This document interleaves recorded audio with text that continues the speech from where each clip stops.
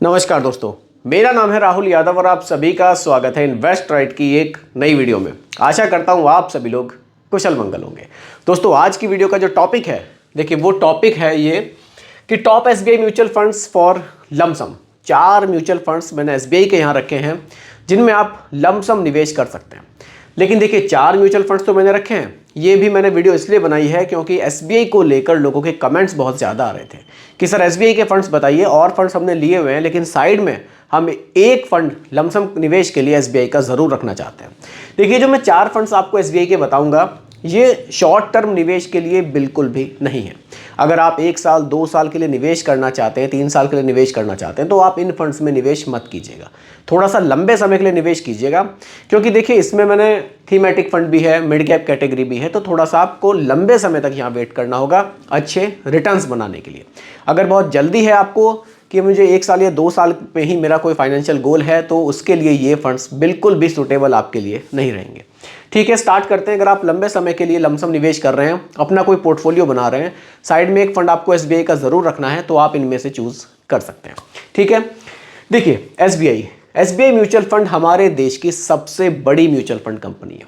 इसका जो assets under management है वो सबसे ज़्यादा है। सबसे ज़्यादा पैसा आप ये कह लीजिए कि एसबीआई म्यूचुअल फंड के पास ही है। ठीक है, तो ट्रस्ट भी लोगों को सबसे ज़्यादा एसबीआई पर ही है, इसलिए कमेंट्स भी एसबीआई को लेकर ही मेरे पास काफ़ी आते हैं। चलिए, देखिए वीडियो एसबीआई की बना रहा हूँ, लेकिन ये चीज़ मैं आपसे ज़रूर कहूँगा कि ज़रूरी नहीं है कि एसबीआई के फंड्स में ही निवेश करें। आप पोर्टफोलियो को डाइवर्सिफाई करिए बहुत बढ़िया तरह से। ज़रूरी नहीं है कि एसबीआई के रिटर्न्स ही आपको ज़्यादा मिलेंगे, लेकिन एसबीआई के म्यूचुअल फंड्स भी अच्छे हैं, ऐसा नहीं है कि रिटर्न्स इनके कम है। बात ज़रूरी समझने वाली ये है कि हमारा जो पोर्टफोलियो है वो वेल डाइवर्सिफाइड होना ज़रूरी है। ठीक है, चलिए फंड्स पर बात करते हैं। और दोस्तों, अगर आप लोग म्यूचुअल फंड्स को थोड़ा सा बेसिक से समझना चाहते हैं, मैं आपसे थोड़ा सा बताना भूल गया आपको। रोज़ाना दोपहर के 2 बजे आपको वीडियो मिलती है। जो लोग म्यूचुअल फंड के जो कैटेगरीज हैं उनको डिटेल में जानना चाहते हैं कि कैसे काम करती है, कैसे हमारा पैसा निवेश होता है, मतलब आप ये कह लीजिए अगर आप ABCD समझना चाहते हैं म्यूचुअल फंड की, तो दोपहर के 2 बजे वीडियो आती है, बिल्कुल भी मिस उसको मत कीजिएगा। ठीक है, फिलहाल आज के टॉपिक पर बात करते हैं। पहला फंड है हमारा SBI magnum mid cap fund. देखिए, कंपैरिजन वीडियो नहीं है कि किसी फंड से कंपेयर कर रहा हूँ, उसके लिए वीडियो मैंने अलग से बनाई थी। यहाँ सिर्फ हम एसबीआई की ही बात करेंगे। ठीक है, एक्सपेंस रेशियो 0.79% का है और फंड साइज 21,407 है। 11 साल 10 महीने पुराना ये फंड है। मिड कैप कैटेगरी का फंड है। मिड कैप कैटेगरी क्या होती है, डिटेल में जानना है तो दोपहर की 2 बजे वाली वीडियो देख लीजिएगा। शॉर्ट में बता देता हूँ, मिनिमम 65% का निवेश उन कंपनियों में होगा जो रैंकिंग वाइज 101 से लेकर 250 तक आएंगी। ठीक है, रिटर्न्स 1 महीने 3 महीने में नेगेटिव है क्योंकि मार्केट में अभी काफ़ी ज़्यादा गिरावट हमने देखी थी। बाकी पिछले 1 साल में रिटर्न्स बहुत शानदार है, 26% से ज़्यादा है। पिछले 5 साल में रिटर्न्स आप देख सकते हैं लगभग 27% हैं। पिछले 7 साल में भी है 17%। लंबा रिकॉर्ड देखना है तो 10 साल के रिटर्न्स देख सकते हैं, लगभग 17.5% के रिटर्न्स पिछले 10 साल में इस म्यूचुअल फंड ने बनाए हैं।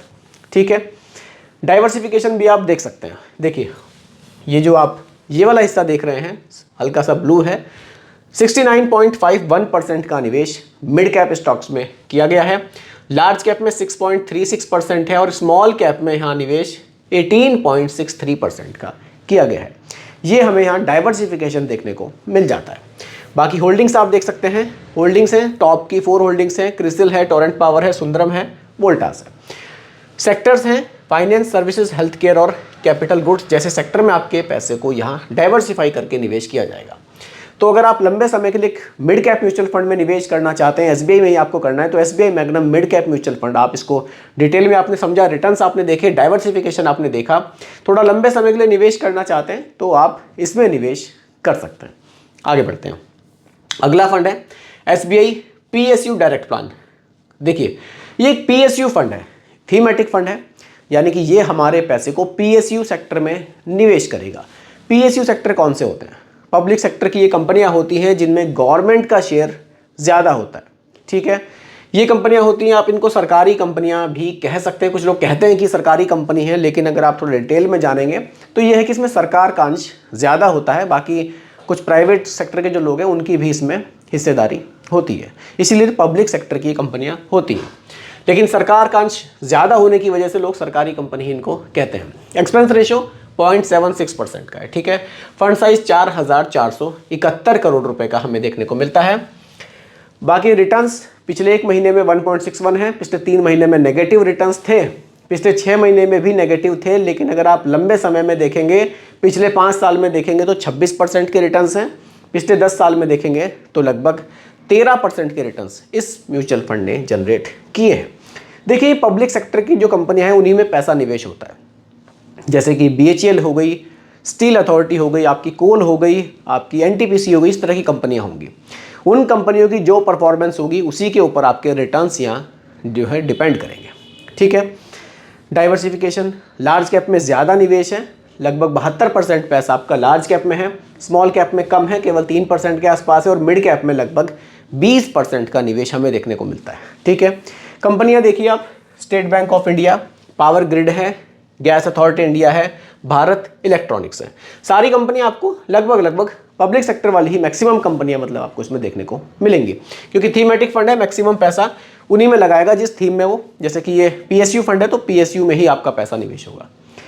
सेक्टर्स एनर्जी है, फाइनेंस है, कैपिटल गुड्स है और इंश्योरेंस है। अगला फंड है SBI कॉन्ट्रा फंड। अब ये थोड़ा सा सबसे अलग फंड है। सबसे अलग कैसे है? Large cap, mid cap, small cap, thematic, सबसे अलग है। इसमें अलग क्या है? इसमें अलग ये है कि इसका तरीका ही बिल्कुल अलग है। तरीका इसका कैसे अलग है? मान लीजिए अभी कुछ स्टॉक्स हैं किसी वजह से अंडर वैल्यूड है, तो ये क्या करेंगे, उन स्टॉक्स को खरीदेंगे, और जब उन स्टॉक्स की जो परफॉर्मेंस है वो अच्छी हो जाएगी तब उसको सेल कर देंगे। यानी कि कोई चीज़ सस्ते दाम पर खरीद लेना, फिर उसको महंगे दाम पर बेचना, उस तरीके से ये हमारे पैसे को मार्केट में निवेश करता है, ठीक है। ये है SBI का कॉन्ट्रा फंड। 0.59% का एक्सपेंस रेशियो, 11 साल 10 महीने पुराना फंड है। 40,000 करोड़ से ज़्यादा का पैसा लोगों ने इस फंड में निवेश किया है। पैसा लोग काफ़ी निवेश कर रहे हैं क्योंकि रिटर्न्स अच्छे हैं। पिछले 1 महीने 3 महीने में नेगेटिव है, लेकिन पिछले 5 साल में 30% से ज़्यादा के रिटर्न्स हैं, और पिछले 10 साल में 17% से ज़्यादा के रिटर्न्स हैं। ये इस फंड की परफॉर्मेंस है। डाइवर्सिफिकेशन देख लीजिए।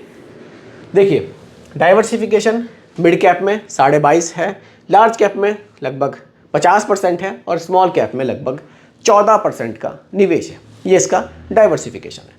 होल्डिंग्स देख लीजिए, HDFC बैंक है, निफ्टी बैंक है, निफ्टी 50 है, और रिलायंस इंडस्ट्रीज जैसी कंपनियों में आपका पैसा निवेश किया जाएगा।